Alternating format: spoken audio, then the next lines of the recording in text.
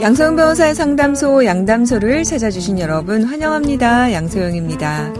1년 전 이맘때 경북 구미시의 한 빌라에서 3살배기 여아가 숨진 채 발견됐습니다. 드라마에나 나올 법한 반전으로 구미 여아 사건은 우리 사회에 중요한 숙제를 안겼는데요. 아이가 출생등록을 하지 못한 채 세상을 떠난 사실이 조명되면서 현행 출생신고제의 문제점이 드러난 것입니다. 1년이 지난 지금 출생신고제와 관련한 법제도 어떻게 달라졌을까요? 법무법인 승인 양소영 변호사입니다.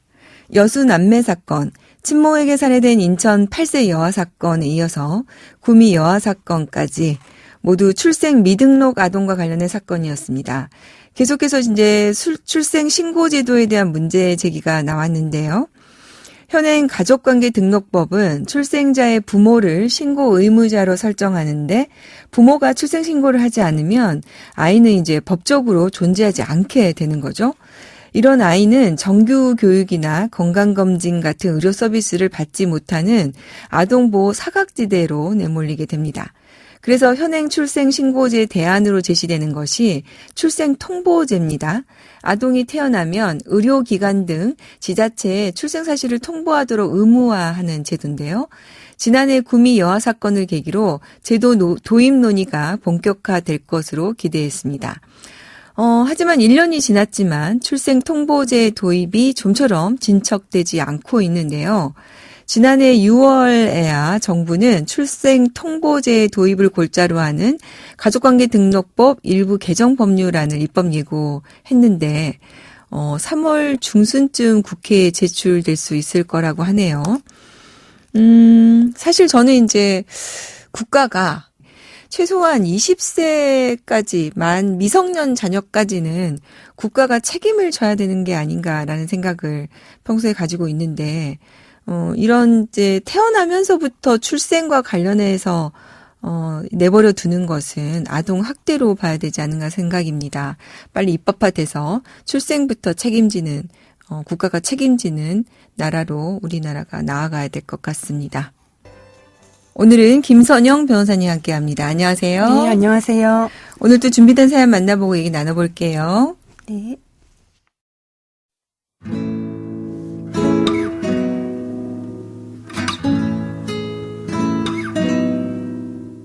대학에서 만난 저희 부부는 졸업 후 3년 만에 결혼했습니다. 시부모님이 처음에는 집안이 기운다며 결혼을 반대했지만 아들이 태어난 후 점차 마음을 여섰습니다. 시부모님께서 첫째 아이가 태어난 지 1년 정도 지나 그간 고생했다며 상가를 하나 남편 이름으로 구입해 주셨고 상가 월세로 생활비를 썼습니다.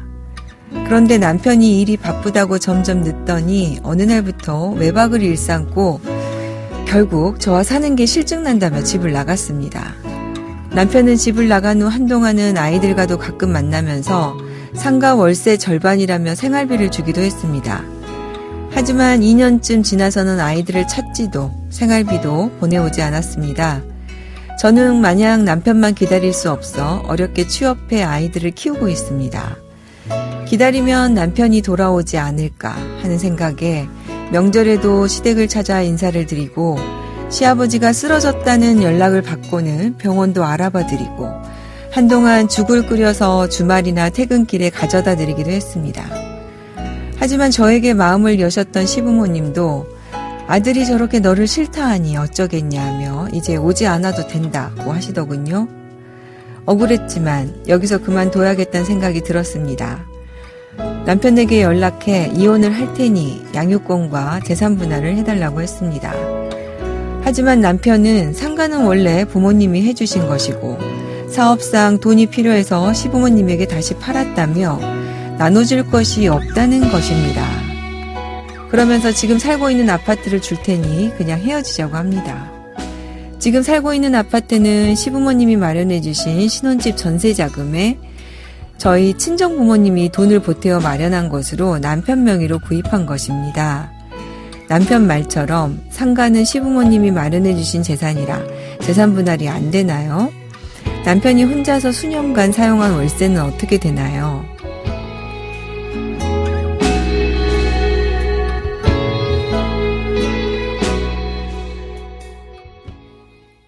결혼 생활을 유지해 보려고 노력을 해봤는데 결국 어떻게 이혼을 결심할 수밖에 없게 된 상황이군요.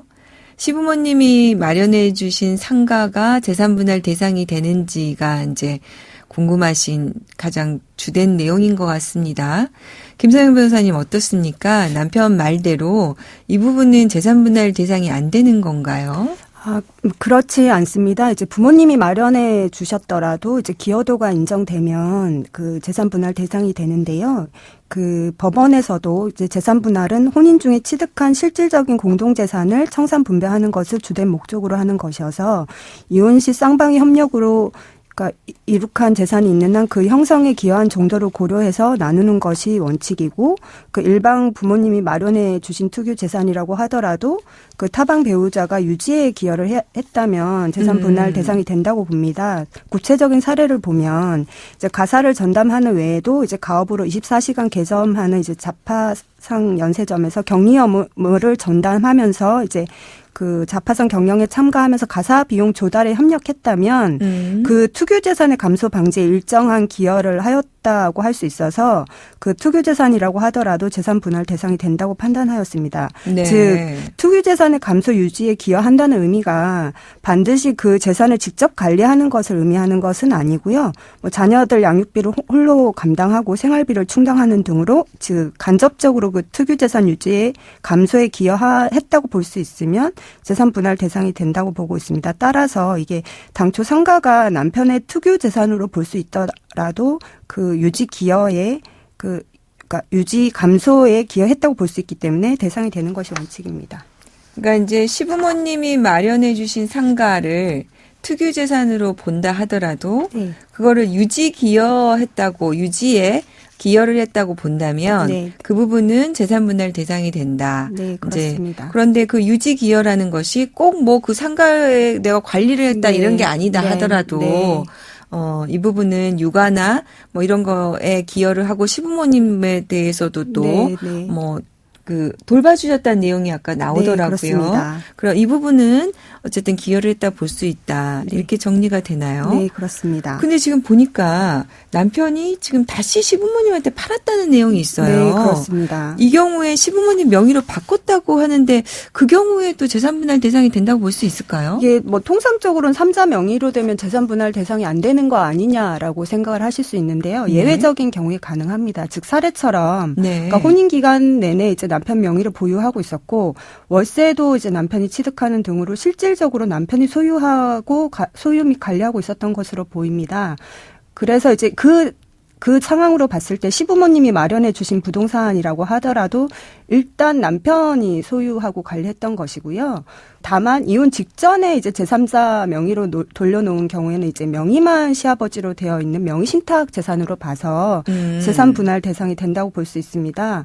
우리 법원도 그 제3자 명의로 부동산을 명의신탁해 둔 경우에는 이제 부동산이 비록 제3자 명의로 되어 있다고 하더라도 그것이 부부 중 일방에 의해서 명의 신탁된 재산 또는 부부의 일방이 실질적으로 지배하고 있는 재산으로서 부부 쌍방의 협력에 의해서 형성된 것이거나 부부 협력에 의해서 형성된 유형, 무형의 재산에 기원한 것이라면 재산 분할 대상이 된다. 그리고 명의 수탁자가 제3자에게 이를 이미 처분했다고 하더라도 그 부동산 매매 대금 상당의 부당이득 반환 청구 또는 불법 행위로 인한 손해배상 청구를 함으로써 부동산 가액 상당을 회복할 수 있으므로 각 부동산 가액 상당을 보유하고 있는 것으로 보아서 반환을 해야 된다고 판단을 했습니다. 네. 그래서 사연처럼 이혼 직전에 이제 실질적으로는 부부 재산인데 이혼 직전에 제3자 명의로 돌려놓은 경우에는 그야말로 이제 명의신탁 재산에 해당하기 때문에 재산 분할 대상이 된다고 볼 수 있습니다.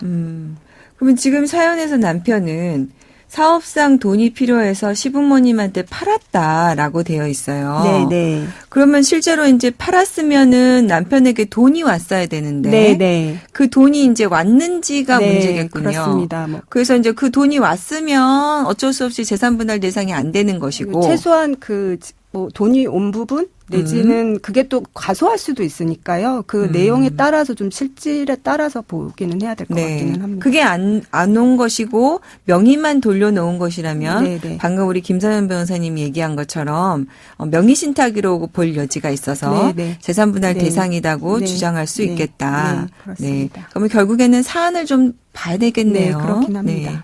자, 그럼 그 다음 질문입니다. 별거한 동안 임료가 재산분할 대상이 되는지 이렇게 궁금해하셨어요. 이 네. 부분은 어떻습니까?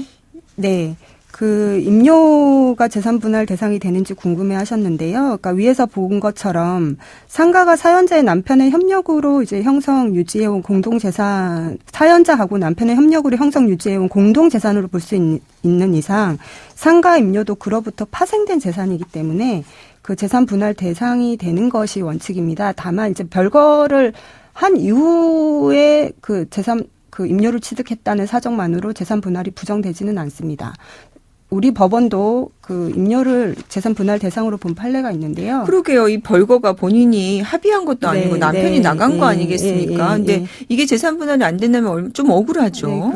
네, 그렇습니다. 그래서 우리 법원도 이제 공동재산인 건물에 관한 임료는 물론이고 그곳에서 만약에 이제 소매점 같은 것을 운영을 해서 수익금이 있었다면 그 수익금도 분할 대상이 된다고 판단하였습니다. 즉 건물을 소유함으로써 임료를 받는 경우 임료 자체가 재산 분할 대상이 되는 것은 물론이고요. 그 건물에서 영업을 하는 경우에는 영업수익도 재산 분할 대상이 된다고 보았습니다. 따라서 사연자도 이제 수년간 양육비도 못 받았다고 하셨는데요. 그 네, 양육비를 맞아요. 그 부분이 있습니다. 양육비를 받지 못하신 부분에 대해서 과거 양육비를 구할 수 있는 것과 별개로 네. 남편이 혼자 취득한 임료를 계산을 해서 이를 재산 분할 대상에 포함할 수도 있고요. 네. 다만 이제 그 상가를 유지하기 위해서 세금이나 하자 보수비 등 이제 그 필요 경비가 지출될 수가 있으니까 그 부분은 공제를 하고 재산 분할 대상이 되는 것이 원칙입니다. 네. 사실 사연에서는 지금 남편이 시아버지 명의로 상가를 돌려놓은 시점이 지금 정확히 드러나지는 않는데 이 사연과 별개로 이제 이혼 소송 직전에 사실 이제 그 명의를 돌려놓을 가능성, 돌려놓는단 말이 법률적인 건 아닙니다. 자, 제3자 명의로 이제 변경할 가능성을 걱정하신 분들이 많이 있어요. 자, 그런 분들을 위해서 조언을 해주신다면 이럴 때 이제 어떻게 하면 될까요? 네, 방법이 없는 거는 아니고요. 지금 이제 미리 이제 이미 넘어가서 문제가 된 경우인데요. 소송을 시작하시기 전에 명의가 제3자로 일단 넘어가지 않은 경우라면 보존 처분이라고 해서 미리 가압류나 가처분을 받아 놓으시면 판결을 받으면 바로 집행을 하시게 되면 되고요. 그리고 지금 소송을 시작했는데 이미 제3자 명의로 넘어갔다. 그런 경우에는 사행위 취소 소송을 제기를 하시면서 가압류나 가처분을 하시는 것도 방법입니다. 네. 자, 오늘도 우리 김서영 변호사님 친절한 상담 감사합니다. 양소영 변호사의 상담소 양담소는 내일 또 문을 엽니다. 끝곡 내래 그리고 남겨진 것들 들려드릴게요. 양소영이었습니다.